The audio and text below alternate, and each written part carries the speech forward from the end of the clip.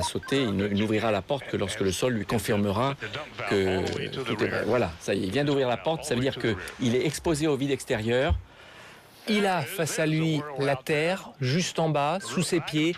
Instant historique donc sur BFM TV, en direct donc cette tentative de record du monde de Félix Baumgartner qui dans quelques secondes, le sas, la porte est ouverte, va s'élancer pour une chute libre de 5 minutes à plus de 1200 km/h. Voilà, c'est un quadruple record, record d'altitude de ballon habité, record d'altitude de saut en chute libre, record de temps de chute libre, c'est plus de 6 minutes. Et puis record de vitesse atteinte en chute libre, effectivement, une vitesse légèrement supérieure à la vitesse du son. Alors le voici, on est en train de vivre donc cet instant, l'Autrichien de 45 ans, parachutiste, qui va se lancer dans le vide pour 5 minutes, on le disait à l'instant, de chute libre avant l'ouverture de son parachute. Impossible à cet instant de revenir en arrière. De toute façon, cette capsule, que devient-elle après coup? Alors, on peut toujours télécommander. D'ailleurs, ce sera fait, la séparation de la capsule du reste du ballon. Une fois la séparation faite, la capsule descend sous parachute et atterrit en douceur. Le ballon de son côté est déchiré par télécommande et tombe comme une grosse masse de plastique au sol.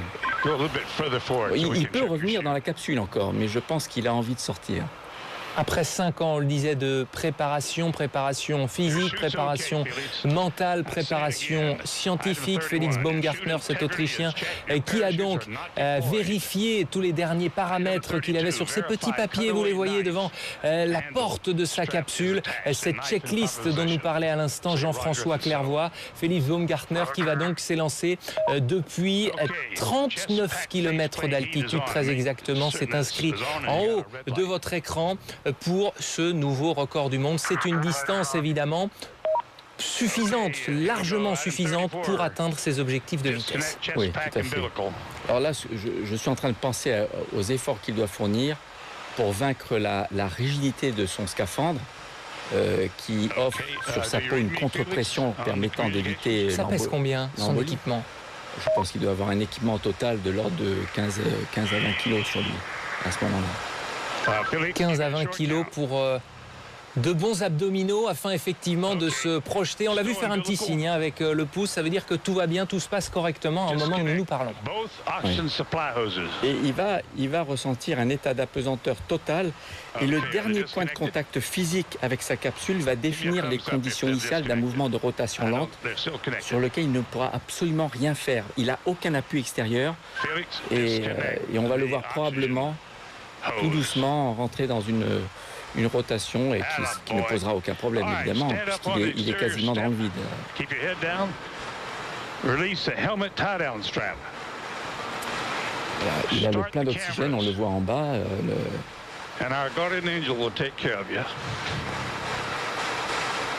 C'est vraiment une sortie dans l'espace, comparable à celle que tous mes collègues font depuis la Station spatiale internationale.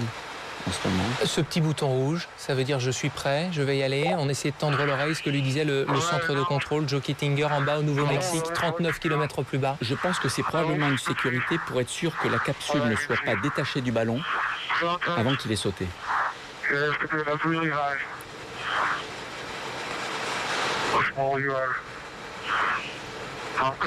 Il va réaliser un peu un fantasme que j'ai toujours eu d'astronaute, de rentrer à pied de l'espace. C'est parti, Jean-François Clairvoy. La vitesse avec laquelle il accélère à environ 10 mètres par seconde au carré. Ça veut dire que toutes les secondes, sa vitesse augmente de 10 mètres par seconde. Si vous venez de nous rejoindre sur BFM TV, vous venez de le vivre en direct. Donc, ce grand saut dans le vide de Félix Baumgartner, le premier homme, peut-être dans quelques minutes, à franchir le mur du son en chute libre. Il y avait eu des essais dans les années 1960, pas vraiment validés. Il y avait une fusée des appareils en tous les cas. Et là, la vitesse, 1000 km/h déjà, Jean-François Clairvoy, astronaute à l'Agence spatiale européenne. Vous êtes avec nous sur BFM TV. On est dans quelques secondes seulement. Voilà, il est sonique maintenant. Il est sonique.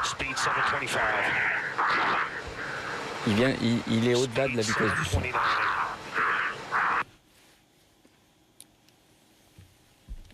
Alors, il commence à tourner, on le voit, mais c'est pas... Avec la tension pour les techniciens, son équipe qui travaille depuis plus de 5 ans, il est en train de tourner. C'est attendu et il ne peut rien y faire. Il ne faut surtout pas qu'il essaie de rattraper ses rotations. Il faut qu'il reste allongé. C'est ce qu'avait connu Joe Kittinger. Les rotations ne sont pas encore trop importantes. Il se stabilise. Excellent. Donc, il a réussi à passer la phase la plus difficile, la phase transsonique. La stabilité aérodynamique n'est quasiment pas possible. C'est-à-dire impossible de lutter à cet instant. Le risque, quoi? C'est l'évanouissement? Le danger, c'est d'essayer de contrer des rotations avec des gestes similaires que l'on fait à basse altitude et en fait d'augmenter la vrille et de perdre connaissance. Là maintenant, il est stabilisé, donc c'est parfait. C'est extraordinaire. On voit sa femme au premier rang qui était en larmes quand il a décollé tout à l'heure aux alentours de 17h30 heure française. Il aura fallu donc près de 2 heures d'ascension avec ce ballon chargé à l'hélium. Pour Félix Baumgartner, on le rappelle, cet Autrichien parachutiste qui a donc, ça y est, réussi son record, Jean-François Clervoy. Il a dépassé tout à l'heure les 1200 km/h. Voilà, il a déjà 3 records atteints. Il lui reste à atteindre le 4e record qui est le temps de chute libre.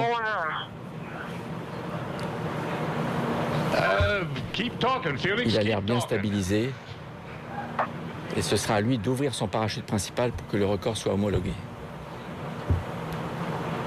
On voit qu'il lui reste une bonne réserve d'oxygène. Il respirait assez rapidement tout à l'heure.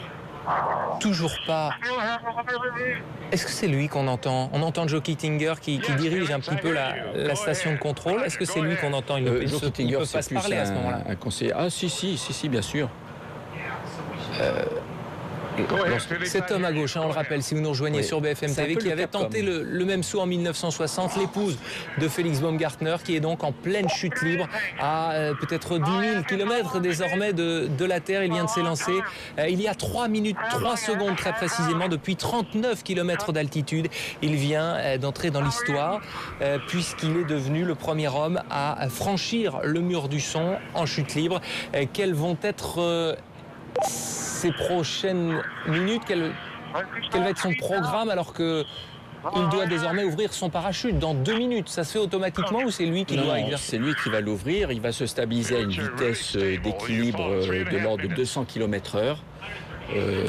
Et à 1000 ou 2000 mètres, je ne sais pas ce qu'il avait prévu, il ouvrira son parachute.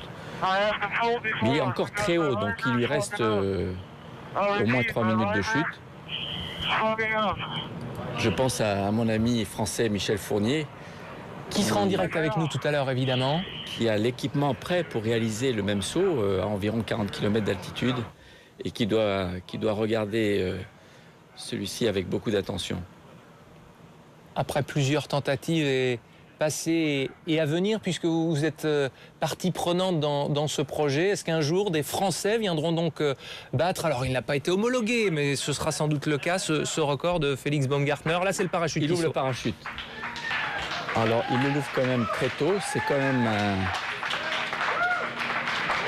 c'est un record homologué, puisque Joe Kittinger n'a pas ouvert son parachute. Encore une fois, c'est son secours qui s'est ouvert automatiquement.